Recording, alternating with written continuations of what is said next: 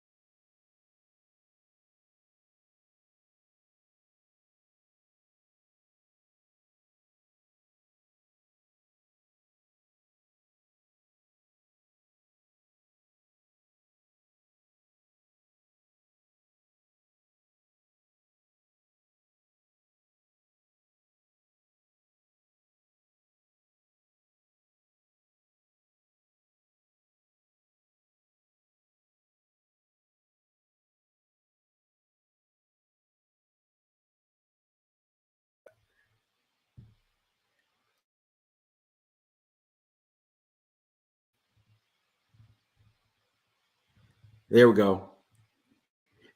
It wouldn't let me unmute. There I'm unmuted. So we're back. I think we're back. So we got an unusual show tonight, y'all. I don't know what's going on, but it's all good because we're gonna make it on through this show and get this wonderful information from our guest tonight. Like I said, we're having some unusual things happen. That we've been doing this for over 3 years. And this is the first of this. So listen, but we're here, and I can't wait to talk to you all. Put in the chat. Charles, can you hear me now? Can you hear me now? If you would just respond. If anybody else out there that is watching, please let me know where you're watching from and if you can hear me. And if we got the technical part of this worked out, we're going to move forward with this show because we want to give you a chance to hear from our guest tonight. If you can hear me or can't hear me, please put that in the chat. It looks like I have someone from Charlotte that says they're here. So can you hear me, Charlotte listeners? All right, we got Stone Mountain, Georgia in the house, right? Not getting any sound yet. Not getting any sound yet. Um, okay, Charles says yes. I'm assuming that yes means that you can hear me. So we're seeing what's going on here. All right. Let me do this. Let me bring on my guest, my co-host rather, Michelle Mitchell. Michelle, how you doing? I'm good, Tony. How you doing? All right. Let's see. Can you hear me? Maybe not.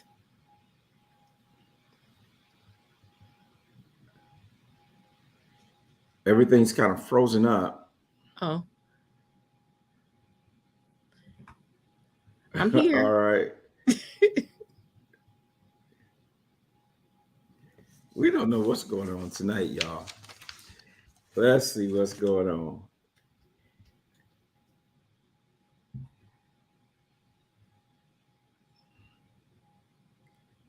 Okay.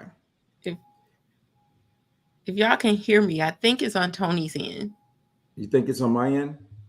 because I can hear you. You can hear me, but I Yes. can't see. I'll tell you what, Michelle, why don't you talk about the viral networking conference? I'm going Sure. to take down and see if we can get this worked out. Apparently, there is an issue. So let's go ahead Okay. and do that. Dante, you want to pull me down and Put the Dante, put the flyer up. All right, guys, we are coming to Charlotte with the Viral Networking Conference. Tony and I will be co-hosting along with Tony Harris Taylor for the Viral Networking Conference. It's going to be July 29th. The tickets are in the link below and they're only $50. Guys, we need you to fill the room. We need to have, I forget, 20, 30 people. We need 30 people um, to fill the room. The ticket is only $50. I promise you it will be jam packed. Tony will be speaking, Tony Harris Taylor will be speaking, and I will be speaking as well. The conference is going to be, I don't know exactly the name of it, where it's going to be. Mr.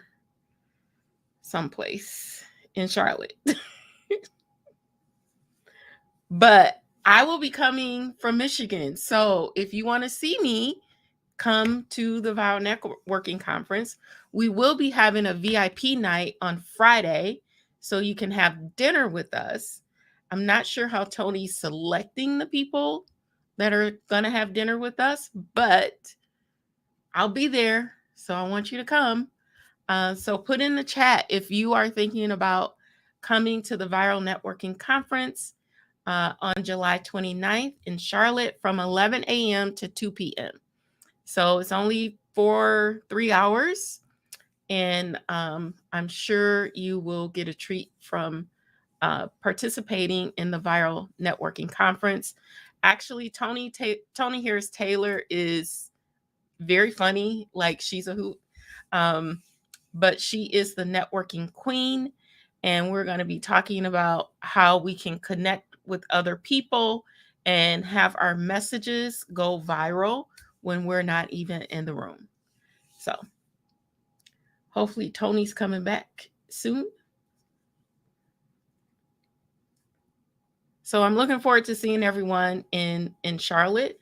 I'm actually bringing my husband with me, so you'll get a chance to meet him as well for those faithful listeners out there. So if you could put in the chat if you're considering coming to the Viral Networking Conference on July 29th from 11 a.m. to 2 p.m.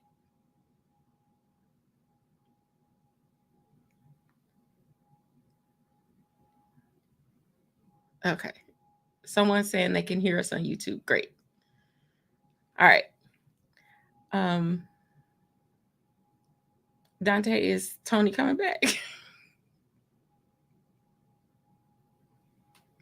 Not yet. Okay. All right. And I don't have the intro for the guest, so I don't have his information.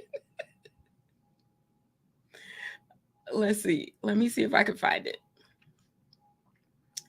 Because I don't have it. So tonight we have no, wrong email. Sorry. LaSean Smith. Why don't we bring on LaSean so he can introduce himself? That's how we're gonna do that. So welcome to the Real Money Coach, What's LaSean. poppin', Michelle? You know what? We talk about, whether it's business or our professional lives, agility is really key to success. So we got to stay agile this evening. So we're getting That's into right. it. I love it. That's right. So typically, this is how the Real Money Coach works. Tony finds the guests. He interviews you guys for the radio show. Michelle just shows up on Tuesday and have a conversation. So I know nothing about you. So go ahead, introduce yourself. No, fantastic. Tony and I have had a great conversation. We talked a little bit about the life map. I think we'll get into that this evening. But just introducing myself first, great to hang out with you all.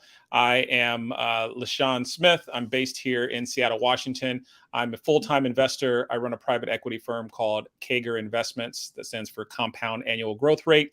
And I focus on building and buying companies powered by automation.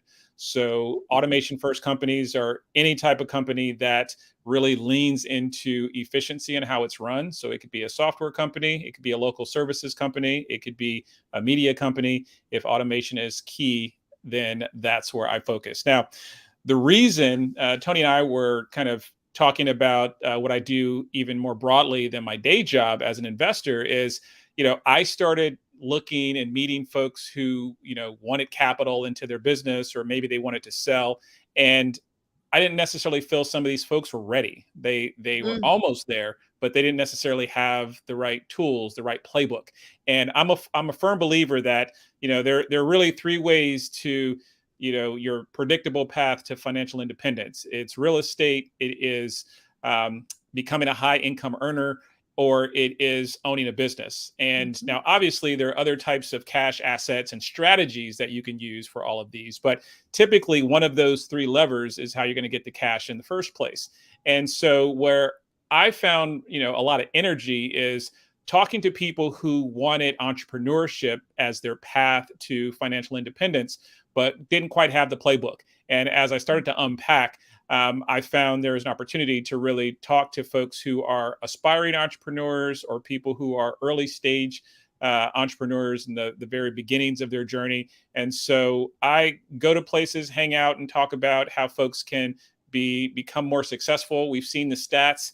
20% of businesses fail the first year, 70% within 60 months. And this is the one that gets me, over 90% of businesses never make more than $1 million in revenue a year. Mhm. And so I'm on a mission to meet, entrepreneurs who are doing it, who are trying to generate $1 million in profit every year. And so we can talk about anything, but that's what gets me most energized. And the idea of the life map is just a tool for people to start thinking through, how do they move on that journey? Whether they want to be an employee or an entrepreneur, how do they put all the pieces that we talk about frequently with personal finance and financial wellness together so it doesn't seem so overwhelming? So that's my hello, and we can take it wherever you want to go, Michelle. All right, that sounds great. You're right in our wheelhouse. So that's perfect. Tony has the personal side, I have the business side, and like we make magic together. So That's you're it. Let's make some you're magic. yeah, that's right. Awesome. So can Well, you guys hear me okay now? Am I back? You you're in the back. building. All right, I'm in the building. Man, that was and even my computer wouldn't even let me shut down. I was like, what is going on? But we're back, man. LaSean, thank you and Michelle, thank you for holding it down, because I don't know what was going on, but we're here. So I got a little piece. I was hearing you, LaSean, talk about a little bit about your background. Did you kind of go into a little bit of what you've done in that tech space, and then we'll spend some time unpacking the 6 different things in terms of the life map? Yeah, sure. So I've been on this, what I call it, a very random walk in my professional career. So I've done so many different jobs in different industries, but the bulk of my time has been at the intersection of technology and media. So I'm professionally trained as a software engineer, but I've done, I've had roles as a designer, as a product manager. I've EP'd 6 feature films at this point. So I've done all sorts of random things. And again, the common thread for me is, if you have a process oriented mindset, and you kind of point it toward whatever your obsession is, there's some interesting things you can do in business. Mine has been media. And so that's the bulk of where I spent my time. I spent over a decade at Amazon and Microsoft as engineering and product manager executive. And along the way, I've started 4 businesses, series businesses. I've had plenty of side hustles like we all do. 2 of them failed horribly. One of them was, as we say in tech, was a base hit, and basically an acqui-hire. And what that means is they basically bought us and turned us into employees. And then the last one I sold. And that was the inflection point for me because it was the first time I'd ever seen that type of money in my bank account. Right. So, at 35 million, I made my first $1 million. And, I came from very, very humble beginnings. So I didn't have the tax strategy. There were so many things that, even though I was fortunate to get to the point to actually sell my tech company, it still was like all these mistakes I was making. And so, as I progressed, I have decided to listen, I need to not let other people make these same mistakes that I was making along the way. And so, what I've tried to do is take the best parts of, what I've learned at working in these big, large tech companies, working in startups, and figuring out what are the parts to ignore. What are the good parts that we can learn from? And I'm a very, as I said, systems-based thinker. So I like to put them in systems because, there's so many great resources out there, books, podcasts, YouTube videos that people are like, all right, I got this. And my job is to help people put it all together. I'm not going to give a whole bunch of new ideas, but I think it's helpful for people to have a sequence, an order of operations, so they can kind of pull it together. And they're like, well, what do I do tomorrow? So that's a lot of where I focus my energy on both the business and the personal side. Well, and I think a lot of people are looking for that, right? They're looking for, we don't, we buy something that has to be put together, and we try not to follow the directions. But in our life, we really need that. This is step A. And when this step is completed, now you move to step B and those type of things to kind of create that order. And if someone else has gone through and already did the hard work for us, then that makes it a lot easier for us to come in. And I think that's why sometimes franchises work out really well for people, because it's a system in place that helps them go from A to B.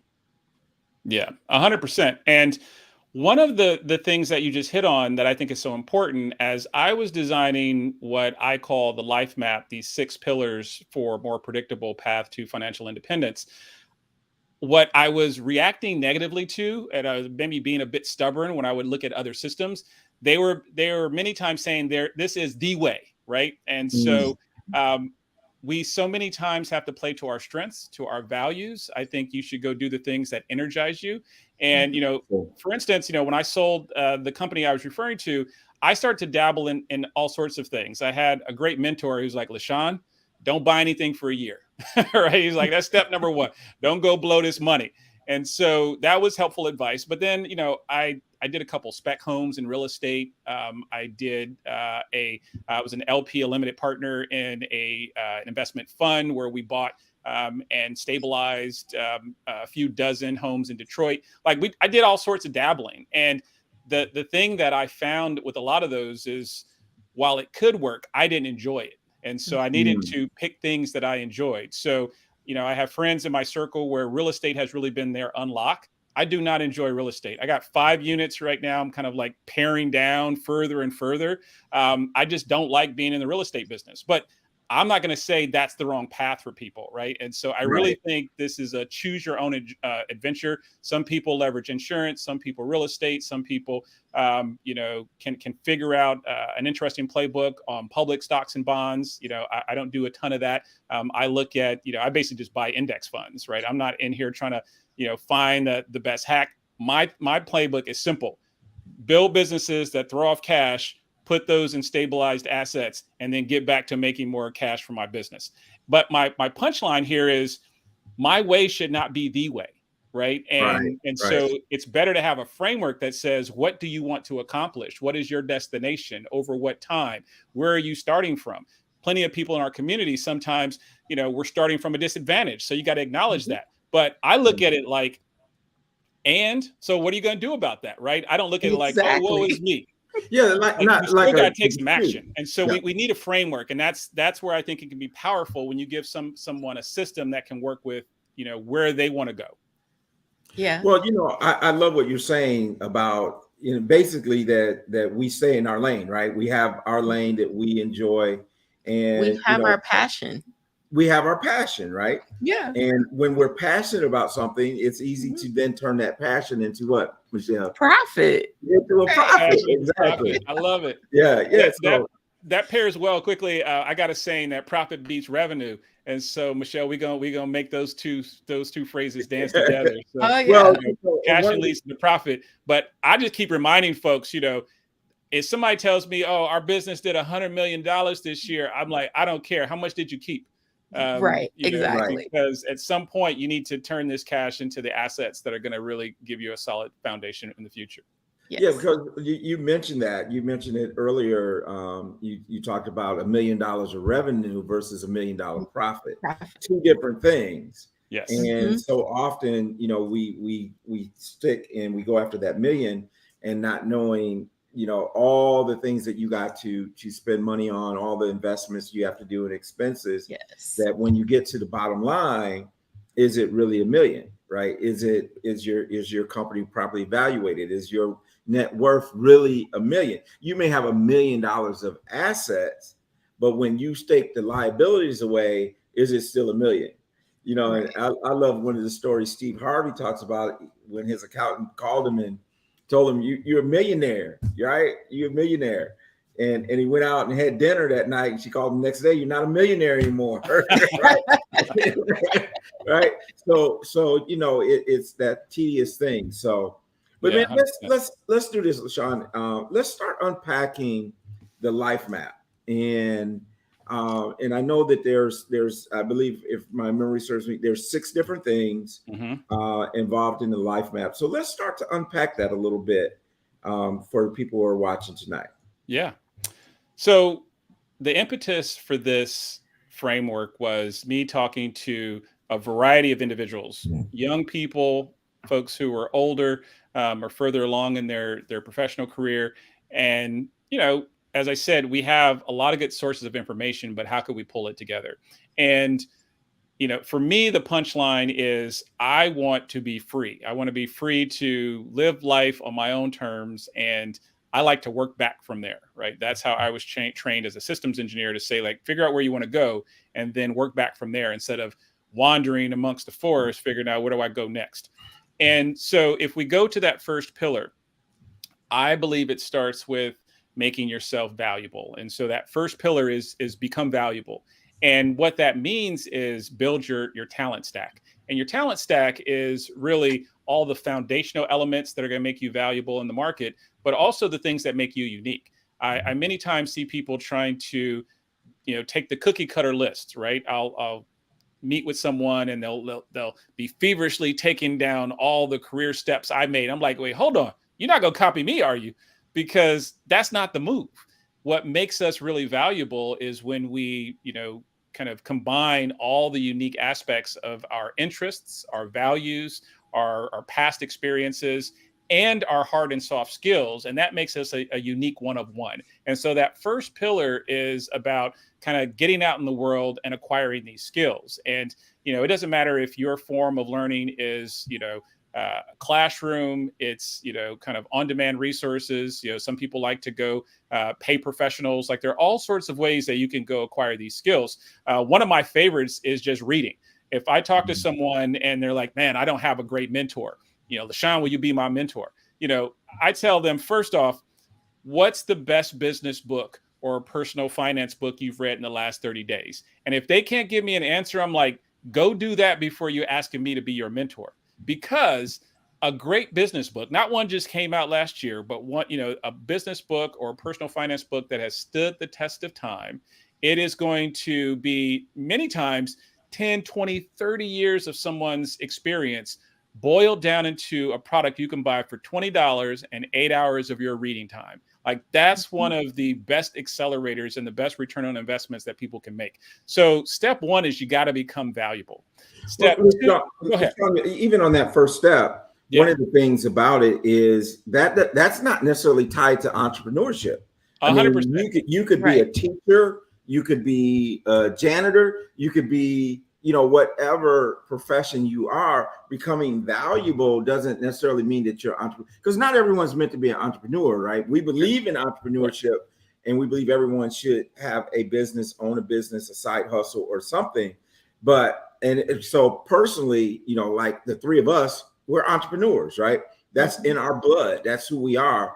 That's not everybody, but I love that being valuable, because I can be valuable even if I was thinking, like, if I'm a stay-at-home mom or stay-at-home dad, I can still bring value and Right. understanding the value that I bring, I think is huge. I just want 100%. to interject that on that. Yeah, So no, I love it, and keep popping in here so we can get more clarity on the conversation. But going back to an early part of this convo, when I created this, it's meant to be a fungible framework because to what we're talking about, I really do believe it's choose your own adventure. And so, mm, I can go walk through this framework thinking as a solopreneur. I can go Mhm. through this as someone who wants to create a startup, valued over $100 million. I can think of this as someone who wants to be in the C-suite, someone who wants to work in public service or work at a nonprofit or become an artist. Like all of these are kind of paths that you can choose, but the key is like you got to go first put these things in order, and the skill building, I believe, is your first step, because if you do some of these other steps first, I think you're always going to do yourself a disadvantage. And the reason I start with skills is very straightforward. I'll give you a quick kind of wrapper around that. Typically, let's say LaSean goes out and like, man, I need some sustenance. I got to eat. I need some money. At the most basic, the most animalistic, I can take myself as an unskilled laborer and get out in the streets and try to make some money with my hands, right? And so what I want to do to make myself more valuable and to create more, more wealth around me is I got to go create some leverage. The easiest way for us to create leverage as an employee or business owner is to add skills. And so that's why that's the number one thing. That's the thing you can control. Now, there are other points of leverage. You can become someone who wields technology. Software can give you leverage. You can go raise capital in a fund or some, as a business, that gives you leverage. You can go hire people. That gives you leverage. You can go create an organic or some type of personal brand, on the internet, other places. That gives you leverage. So these are all ways for you to take your existing 24 hours and then turn it into magic. And so the first step along all of that is you got to make yourself valuable before you start pulling these other points of leverage. Because, for instance, if someone says, well, I'm just going to hire people. Well, do you have the leadership skills? Do you have the interpersonal skills? Do you have the right, can you hire people? And, what many small business owners realize, you all, I'm sure have seen this, is sometimes someone says, I'm really great at making this boutique furniture. I'm really great at baking these sweet potato pies. I'm really great at something. And people are like, you should start a business, right? and so sometimes that person goes and does that. And then you talk to them, a year later, if they're still, putting up the good fight. And they're like, wow, I'm not actually making these pies. I'm not actually making this furniture. What I'm actually doing is hiring these people, recruiting these people, retaining my best people. And so they realize that the people management, the people inspiration, that leadership, that's really what the job becomes. And so as you go through this, I think you also have to figure out what skill set are you trying to build. But it really is foundational that you got to become valuable first before you move on to the next stage. Yeah, I think that's huge in foundation. So I'm glad you're resonating, Michelle. Yes. You're smiling. Yes, resonate. I'm thinking about the E-Myth, Michael Gerber. Like, there you go. She started out making pies, opened a bakery. Like, she had to learn how to run a business, right? You needed process. Yeah. So, I mean, your process, what you're talking about works, but I think the key is you have to do something to make yourself valuable. You gotta be in motion.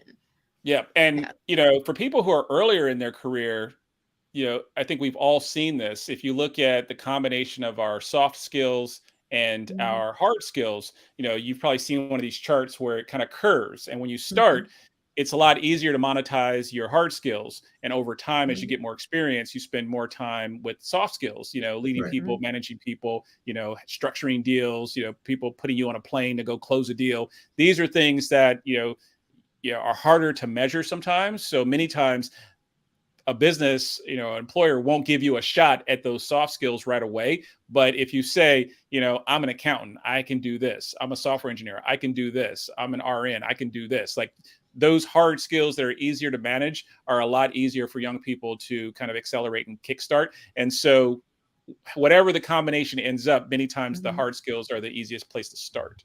Well, and I think also that it's easier to account for the hard skills. I mean, it's easier to quantify some of the hard skills than it is sometimes the soft skills. Yeah. And so that's it's Yeah, pretty good. 100%. All right, so we got we'll move on to number two. So that's pillar one. So here's the thing.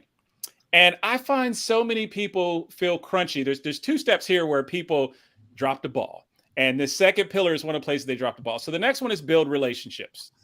It's a simple 2-word piece. We know we got to network. We got to be valuable. Y'all throw on the event that I heard at the opening. Like, you got to get it out there.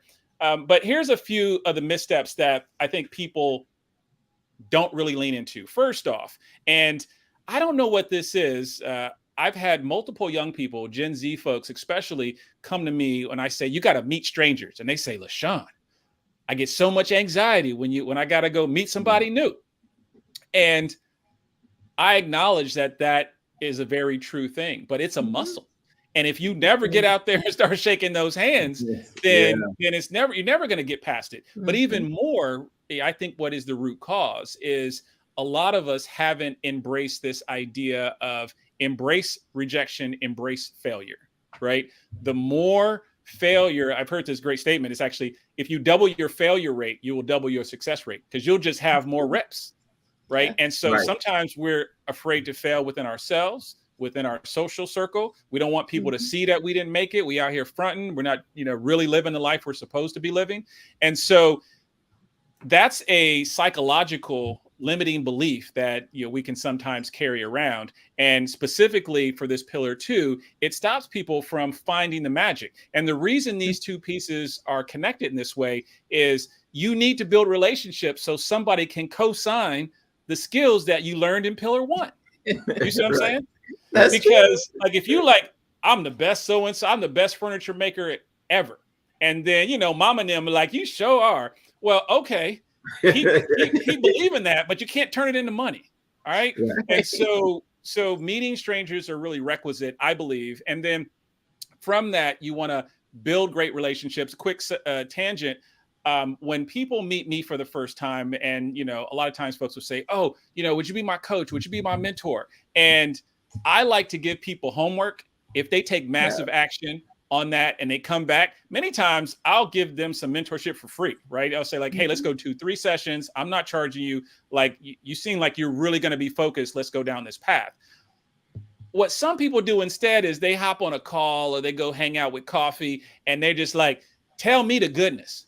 The mentor wants to give advice. They don't want any homework. They didn't come out to coffee for you to go get work, right? And so I think sometimes people don't think about, how can I be valuable, even though this person may have accomplished some of the things that I'm still aspiring to accomplish? And guaranteed, you have something that person doesn't have. Many times for younger people, they got time, right? Like, they can go brute force. It's like, would you like me to go and such? Or I heard you really were excited about, this certain topic. I've gone and spent 30 hours reading all about that. And I wrote this 2-pager. Would you like me to send it to you? Like, there are things you can go do to make yourself valuable to someone that is helping you. And so that's a quick sidebar, but I think many times people don't think about, like, what is the other person getting out of this, right? They not just, you're not a nonprofit. And the more, it doesn't have to be transactional, but the more you can say, I'm going to make this a 2-way relationship, I think the faster you can turn those into, valuable relationships. But back on track, once you start building these relationships, I believe you use them to create social proof. And I was just going to ask about social proof. Yeah, this is another one that's very important because, again, whether you're an employee or you're an entrepreneur, somebody has to co-sign you. And if you are, someone who's trying to get your next job, you might have a referral or recommendation from previous co-workers, hiring managers, people that, have observed how you work. Right. And, there's the obvious things, letters, LinkedIn, recommendations. All these things are part of the toolkit. If you're an entrepreneur, you need people to give you a case study, give you a video feedback. I really love video testimonials in this day and age because it's so easy to cheat and write a piece of text. When you see somebody's face talking, like, we're not quite at the AI deep fakes yet, where it's just like, is that really Michelle? And so if Michelle's like, this is the best power washing, business in the city, then it's like, oh, now I see a real human. I understand the context. They're vouching. So even if I don't know Michelle, I see her face. I can read her. You know, if you got a decent EQ, I can read her expression, hear her story. I'm like, all right, now I'm going to trust this power washing business. And so this social proof is so critical. And I see so many entrepreneurs just quickly go into that lane where they jump to building a product and they're ignoring the social proof. But the person is like, well, why should I buy your product? Right. And many times I think if you spend more time on customer development and more time getting that social proof early, those become not only your word of mouth levers, but they become your marketing collateral. And so this social proof is so critical. The last piece in build relationships is to maintain them. And so you all have probably heard of the idea of a personal board of directors. I'm very bullish on this. I think anyone who tells me they don't have their version of a personal board of directors is playing the game wrong. And the short version of this, I got sent to this really expensive training where they got real sophisticated. And I talked to the lady who was giving the training at the end. I said, you know, y'all could do this in like a 30-minute session. Like, this is not that complicated. And she just kind of gave me a little smirk. But the punchline of this is there are ways to make these systems and frameworks complicated, but then they're hard to put into action. And so the simplified version of a personal board of directors, so you don't have to go take the expensive class that I did, is you need people who are going to be your door openers. These are going to be your sponsors and other people who are going to use their social capital to vouch for you. You need people who are going to be your developers. These are going to be your coaches and mentors. And these are the folks who are going to help you work through and kind of build your skill. And a quick sidebar, I'm a firm believer that people should look at the sequence as coach, mentor, sponsor. A coach is going to help you with a toolkit that says, like, I don't need to know a ton about your situation. I just need to know a little bit, and I'm going to use my playbook to get you in shape. The mentor is going to help you with scenarios, specific things that are going on in your life right now, that, you know, whether it's personal or professional. And then the sponsor is going to, again, use that social capital. A lot of times people want to hop and say, hey, LaSean, I see that we got a shared mutual connection on LinkedIn. Would you vouch for me for this job I'm trying to get? I'm like, bro, I don't know you. Right? Like, they just skipping the line, right? They're trying to take my social capital for free. And they were like, thanks, appreciate it. Like, that's silly to me.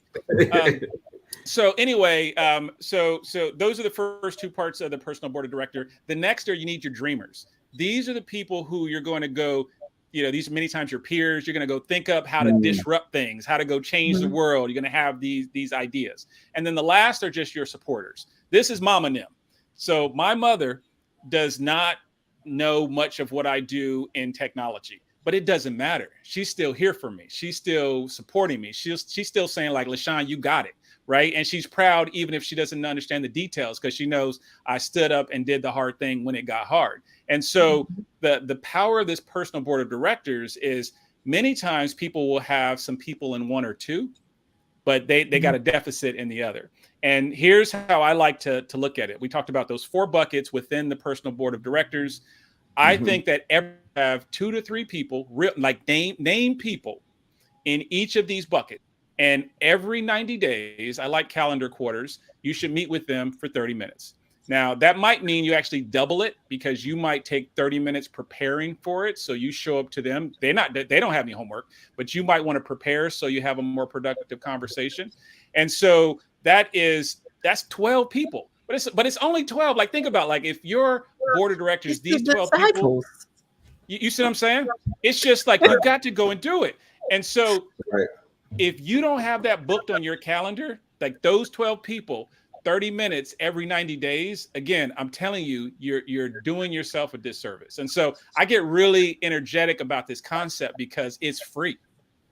Right? Like this doesn't cost anything. Now, some people choose to pay for a coach or pay for some of these services. So I'm not saying you can't accelerate it, but if you put in the time, you can go find people who will raise their hand and say, I will support you on your PBOD.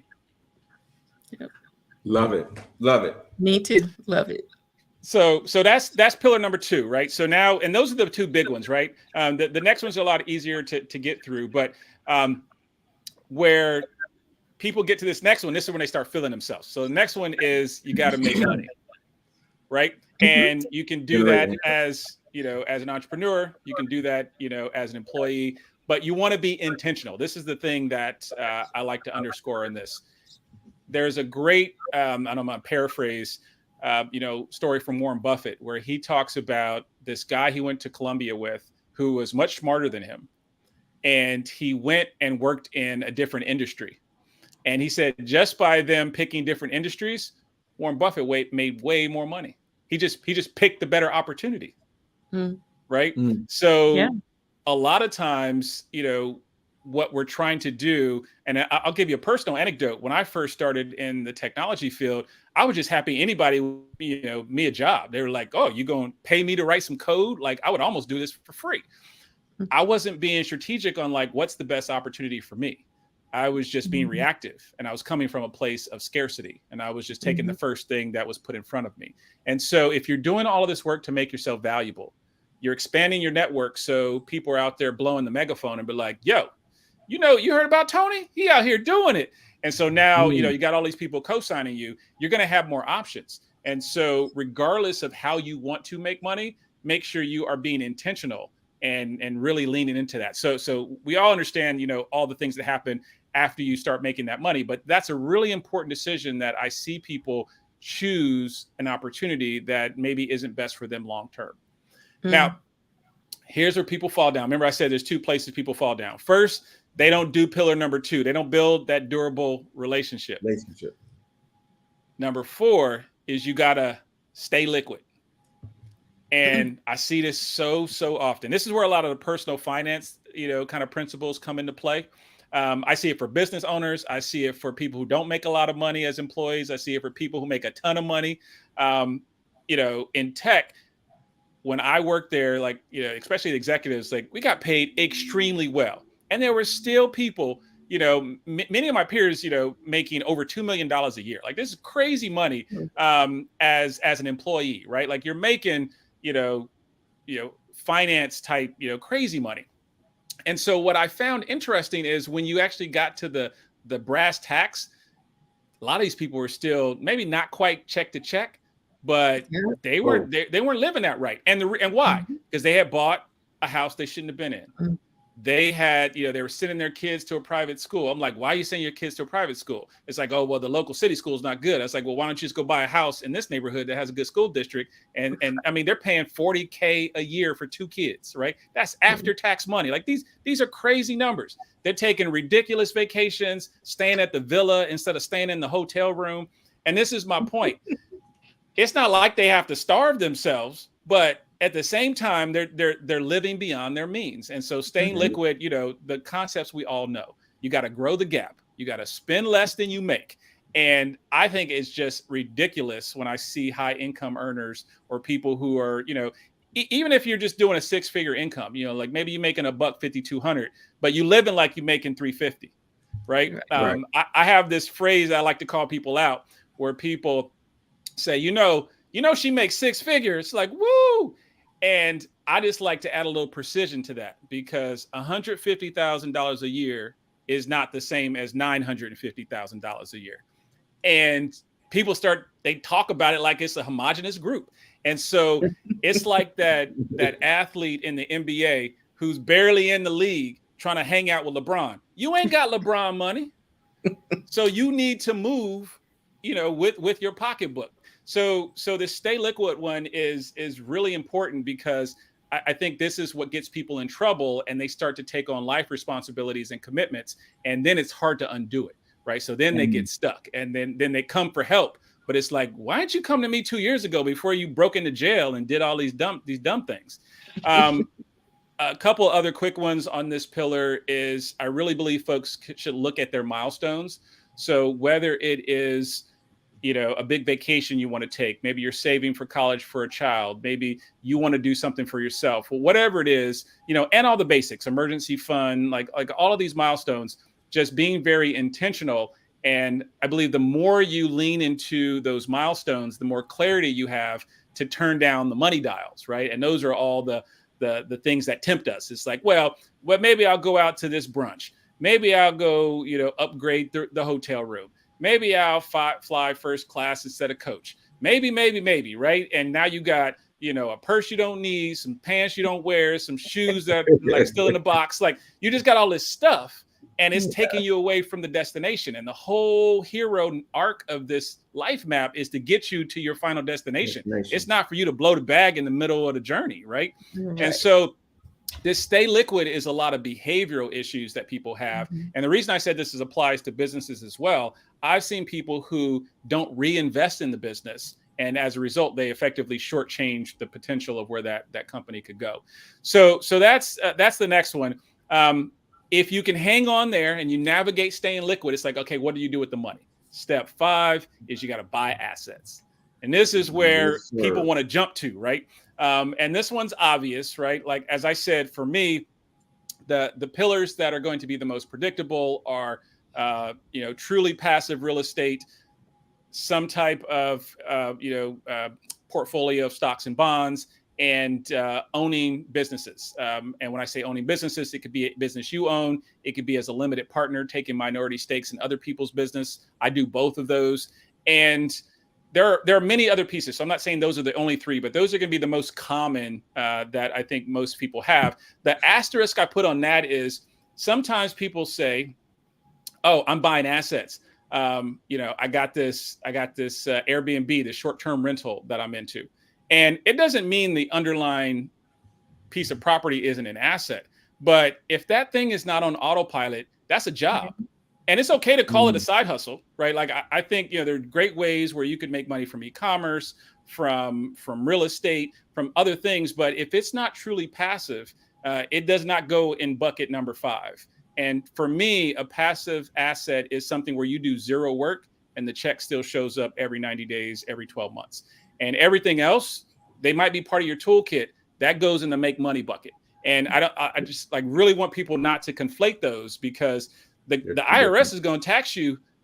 They're going to tax that as ordinary income. They're not taxing it as long-term capital gains, because it's not. It's work. When somebody's like, I got this trading strategy. I'm not a trader. Like it's not my world.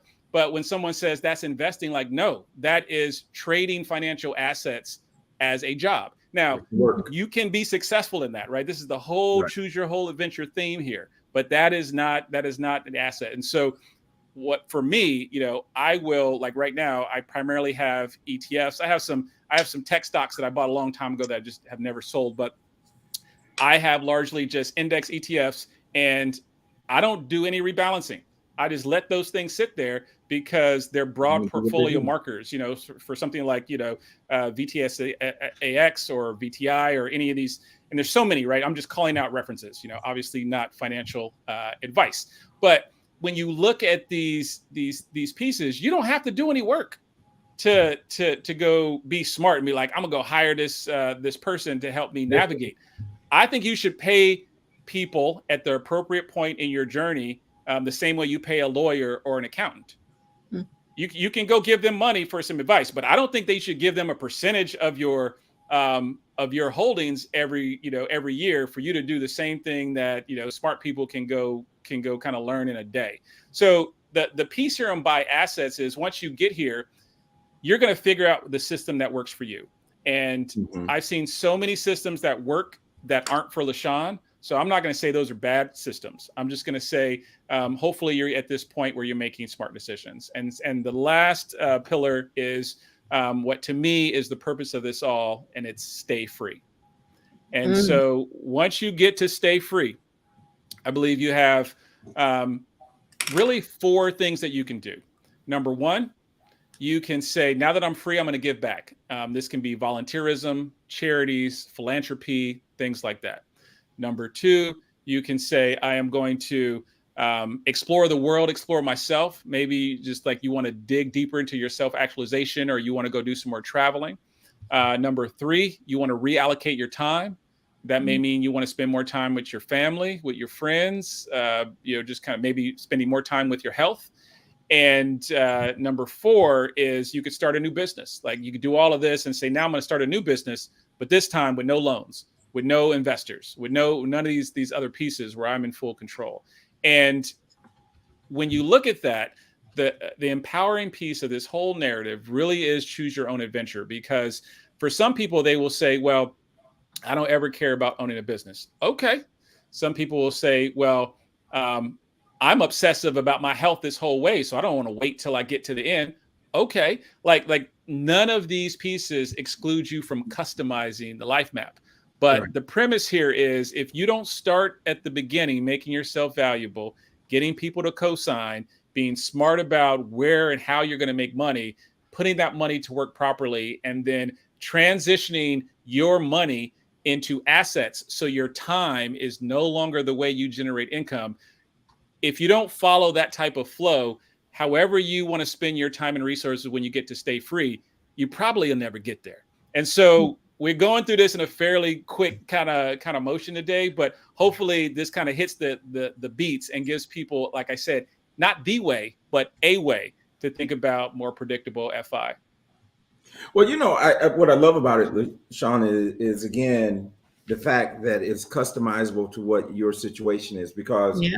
what I run into is, everybody says, real estate, real estate, real estate, and not everyone's meant to be a landlord, right? Or Mhm. it's not always real estate is not always My 5 units, passive man, I'm income. so done with them. Yeah. And then again, there's other things you mentioned, stocks and day trading, and so when people get something that's their thing, they really glamorize it as though it's good for everybody, and it's not. We each have to Right. find our own lane, our own passion, things that we do, so that we can get to that state of financial freedom, Freedom. right? Yeah. And then stay there. And it's just like, how many times you talk to people and they become debt free only to go in debt again, and then you have to become debt free again. And Mhm. so I love the roadmap, and there were so many different ways that we could take our conversation. And for those of you who may not heard it, you can go to our YouTube channel and see and hear rather, the radio show from last Saturday where we kind of introduced this. But I love how you unpack it, because I think it can help a lot of people in the fact that it's fluid. It's Mhm. fluid, no matter what gender you are, no matter what your passion, no matter if you are interested in being, like you said, a C-suite executive, or you want to be a mom and pop shop business owner. I mean, it's the concept, the map is the same. It's just how we choose what we Yeah. choose as we go through it. Yeah. Yeah. And one quick addition there is when I first started developing this, I'm a software engineer. And so I was like, I'm going to build this web form and I'm going to have people click these things. And it was just too rigid. Mm, And where I shifted is, and this is how I use this tool today. For each of these pillars, I have someone write a paragraph and I say, tell me about where you've been, where you want to go, how you're going to measure it over what time period. And I keep refining it. And after the third or fourth version, it usually clicks for people because they're using fluffy adjectives that you can't measure, right? I'm going to transform my such and such and my so and so.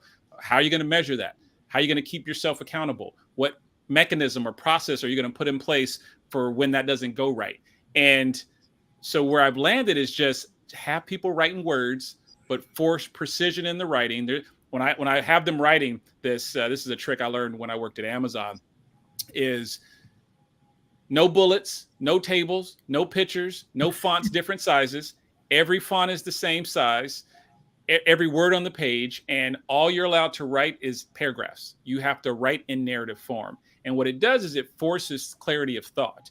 Mhm. And I mm, have people writing these things. They usually end up to be about 2 to 3 pages. And again, four, fifth, sixth revision, it usually clicks. And I have them keep the old versions so they can kind of see the progression over the time. evolution. Yeah. And once they see it, they've almost internalized it because they've done all these iterations. And so Mhm. then I say, you tell me. And it's almost like they're preaching a sermon. They're telling me their life map. And I'm Mhm. energized because let's say it's the furniture maker. I don't know anything about carpentry, but I'm excited and energized because now they're giving me this clear plan.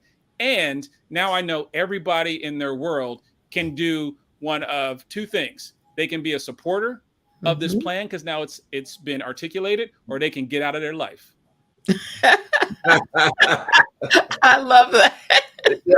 Hey, listen, you either support me or get out of my life. I love it. I love it. I love that. That's a mic drop moment right there. That's Yes, I love that. So, man, it's been a great conversation. If someone wanted to get in touch with you or follow you on, social media, whatever that looks like, how would they do that? Yeah, they can reach out at the website. That's CAGR.com, CAGR. That's compound annual growth rate. Compounding is how we grow. So it's not just about our money, but also our personal growth. So always be compounding. You can also find me for more casual conversation on Twitter. I'm at LaSean, LASEN, or LASEAN. Awesome. Awesome. Well, man, again, thank you for being on the show. And it certainly is a pleasure. Look forward to continuing. Number 2 on the map. The relationship. Relationship, right? We got to continue. There we go. Now, and think about that. Like even here now, we're expanding the footprint. Y'all got another person. You're like, oh, I know this dude, LaSean in Seattle, Washington, who is technology. It's like, here are all these pieces about my personal talent stack that you can think like, how can I exploit it? And I don't look at that word as negative. I want you to exploit me. I want you to figure out how you can put my talent stack to use to get to wherever you want to go. So excited to continue to connect with folks. You guys are fantastic, and I hope you have a great week. Thank you so much. That was awesome. Let's do this, Dante. I know Michelle went through it, but let's just, as we close, I want to hit this one more time about the virtual networking conference that's going to take place here July 29th, 28th, and 29th.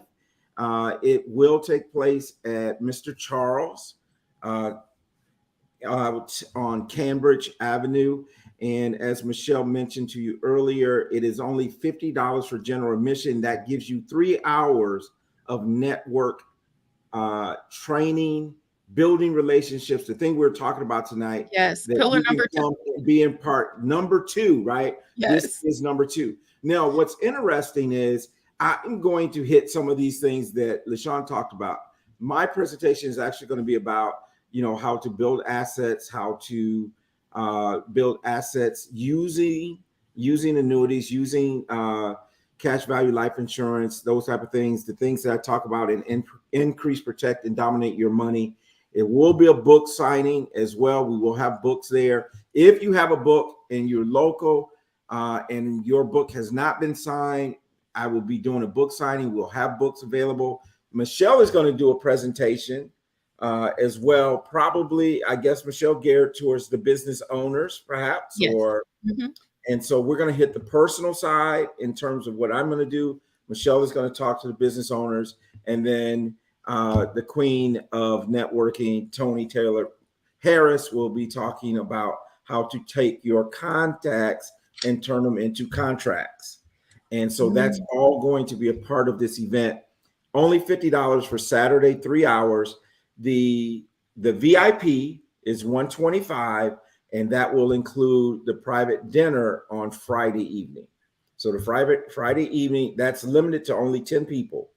So Friday evening private dinner with Michelle, myself, and Tony Taylor Harris, and that will include dinner. And obviously that also includes the events on Saturday. So we do want to make sure that you go and register. We need to know where those numbers are going to be within the next week. So if you are watching, let's make sure you do that. And you will simply go to the little what do you call it? Little URL, right? The bit.ly link. Yes. The bit.ly /BNC Tour 2023. We'll put that on the Facebook page and inside the private Facebook group. So we hope to see you there. That's 2 weeks from this Saturday. So, and I think that's it. I think that's a wrap for the show. It's been a great show. We had, I took a ton of notes when our guests come on, you guys. I take notes. I got the recording. I can go back and watch the recording at will, right? You can go back and watch it. You can go back and watch it on YouTube. Matter of fact, if you're not subscribed to our YouTube page, channel, make sure you do that. But I take note. I took notes when I interviewed him on the radio, because there's something about just taking those notes, going back and rehearsing that and reviewing them that kind of ingrains that. So why get all this wonderful information and then not put it to use? Yes, I agree. There it is. So, Michelle, any last words? Register for the networking conference. And All LaSean, right. you were amazing. Your tips are so simple and practical, not only for the employee, but for the business owner. And I love it. Absolutely. Yeah. Absolutely. When he went over those, it was a Yeah. no-brainer that So that's simple. what we needed to talk about tonight. Mhm. So we want to thank you. Thank you, everybody, for tuning in. Make sure you tune in next week. We're going to next week, we're going to be talking. We have the former president of the Black Chamber of Commerce for the state of California, Mr. Carl Davis, is going to be on, and we're actually going to be talking about, guess what? A relationship cruise. Relationships. Ooh, okay. Relationships. So listen, thank you all for tuning in, and thank you for your patience through my technical difficulties, apparently. And it's good to have you. Have a good night, everybody. All right. Have a good night. Take care.